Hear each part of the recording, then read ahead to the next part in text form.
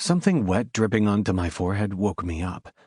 I tore my eyes open to look for the source. It was dark, pitch black to be precise. I was lying outstretched on my back on something soft, but my posture didn't feel natural. I wanted to reach my hand over my head to prevent the liquid from dripping into my eyes. It didn't move. It was stuck between my body and something hard. My fingers glided over the material. It felt like polished wood. I tried to shift my body to the other side an inch just to free my hand enough to search for the source of the liquid that soaked my hair and dribbled down my face to my neck. Another frame of wood was pressing against my side, preventing me from moving freely. I slowly and carefully rolled my head to the side. No resistance. Then I lifted it an inch to estimate the space around me. There was no barrier keeping me from moving my head until my chin touched my chest. The water flowed down my face and into the collar of whatever I was wearing. With some more effort, I pulled my shoulders up and tried to sit up. My arms and hands were freed as I moved this time. I let my body sink back and slid my hands upward instead, along the wood that was framing me. It was cold, and water was beginning to run down in several places. My wet hands glided further up until they moved over a corner on both sides, feeling the wood form into a narrow ceiling. Where the hell was I?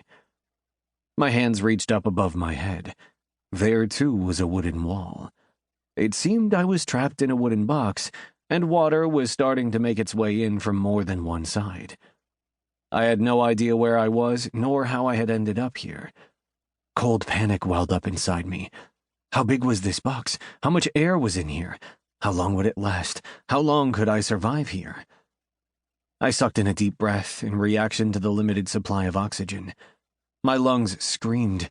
It hurt like someone had stabbed me with a knife, and I groaned in pain. It felt like I hadn't breathed in a while. I tried to think back. Nothing. I gasped for air for a minute, shorter or longer. I had no track of time at all. It took some deep breaths to even my breathing, and after a while I started to perceive more than the darkness itself. I suddenly saw the darkness and what lay behind it. I saw the wood, the water dripping in from slits on the sides.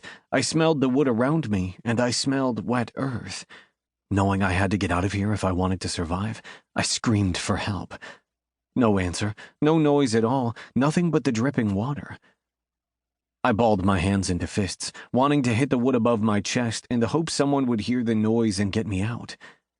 I took another deep breath, and my hand soared up above my chest.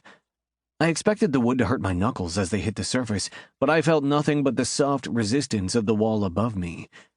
My hand punched through it effortlessly. Muddy earth ran down my arm and into the space of the wooden box as I flexed my fingers through stones and grime. More earth fell onto my chest as I moved my arm to feel around. It quickly swallowed the air around me. I had no other choice now but to get out, quickly, or I would drown in the mud. I would be buried. Panicking, I punched the boards above me with my other hand and hit my knees up to break my way through the wood.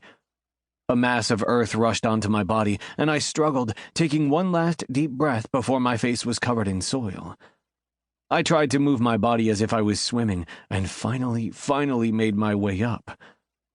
After what felt like minutes, my lungs burned from the lack of oxygen, and I became lightheaded. I fought against the weight pushing me down, pushing back as hard as possible.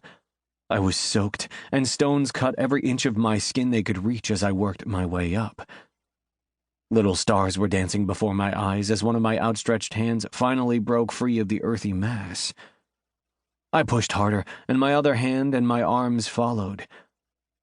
A few seconds later, I pulled my head out and inhaled deeply, relieved.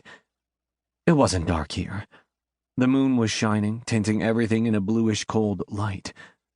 I looked at the marble gravestone I was facing. It read, "Here lies Adam Jonathan Gallagher, beloved son and brother."